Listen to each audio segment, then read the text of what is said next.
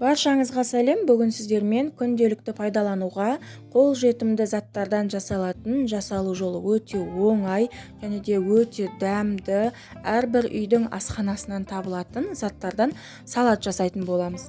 Бізге қажет заттар ол қызылша және тұздалған қияр, жұмыртқа, аскөк және де майонез қажет болады. Барлығының мөлшерін описанияға толығымен жазып кететін боламын. Каналға тіркеліп және де видеоны соңына дейін қараңыздар. Салат дайындамас бұрын ең алдымен жұмыртқамыз бен қызылшамызды суға қайнатып пісіріп алатын боламыз және де қабығынан ашимыз. Қабығынан ашыған көкөністерімізді, жаңа жұмыртқамызды осындай соломка етіп турайтын боламыз. Аскөкті, яғни укропты ұсақтап турап, жұмыртқамыздың үстіне саламыз. Егер бір себеппен аскөк сізге ұнамайтын болса, онда пайдаланбай қойсаңыз болады.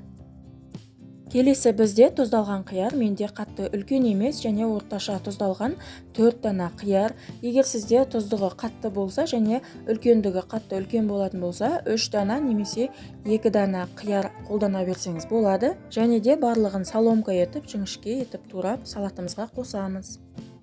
Келесі көкөніс бізде қызылша, яғни свекла. Оны да осындай бөліктерге бөліп, ұзын жіңішке соломка етіп турайтын боламыз. Егер сізге свекланы тураған ұнамайтын болса, онда үккіштен, теркадан өткізсеңіз де болады.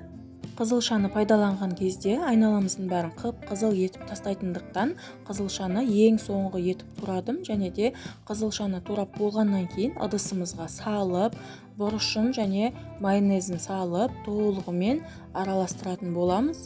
Дәміне қарай қара бұрышты аздап етіп салдым. Егер сізге қара бұрыш ұнайтын болса, онда жарты шай қасықтай салсаңыз болады және де майонездің орнына қаймақ пайдалансаңыз болады. Салатымыз дайын болды. Барлығын толығымен араластырып және де дастарханыңызға ұсына берсеңіз болады. Жасалу жолы өте оңай, күнделікті пайдалануға өте дәмді салатты барлығыңызға жасап көруге кеңес беремін.